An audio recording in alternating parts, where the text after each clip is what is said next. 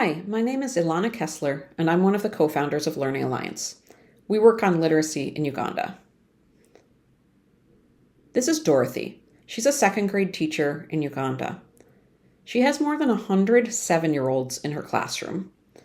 She has limited knowledge of effective teaching practices and not a lot of books and resources. So even though she's trying really hard, she can see that her students are not really learning to read.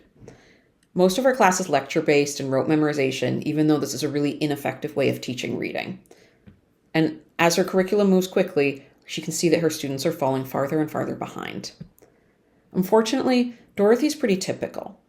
Across sub-Saharan Africa, 86% of kids can't read and comprehend a simple paragraph by the end of primary school.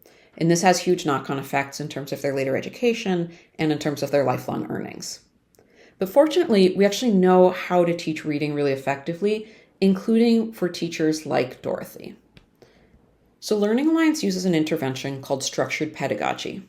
Structured pedagogy is all about helping teachers like Dorothy take up much more effective teaching methods, and it contains 4 elements. So the central element of structured pedagogy is lesson plans.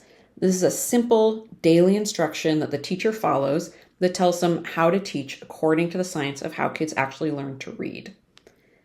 We pair that with a teacher training where Dorothy learns how and why to use the methods in the lesson plans, and then teacher coaching. This is where one of our staff members goes out to her classroom to observe her once every 3 or 4 weeks and gives her advice, encouragement, and accountability to help her use the methods in the lesson plans better. The teacher coach also does some digital monitoring, so they fill out something on their phone every time they make a school visit to help give us lots of data that shows us how to help continue to support the teacher better. There's an enormous amount of evidence in favor of structured pedagogy. So there have been more than 20 RCTs around the world and have shown that it's one of the most impactful, cost-effective, and scalable interventions for improving education. The Copenhagen Consensus projects a 65-to-1 cost-benefit ratio, which sounds almost implausibly high until you think about how much it could change someone's life trajectory to be able to read early and then do well in school. So our goal as Learning Alliance is to be able to teach kids to read at scale for under $10 per kid. We think this is possible because we scale using the government's existing at-scale school system, which means the marginal cost to add just our intervention is quite low.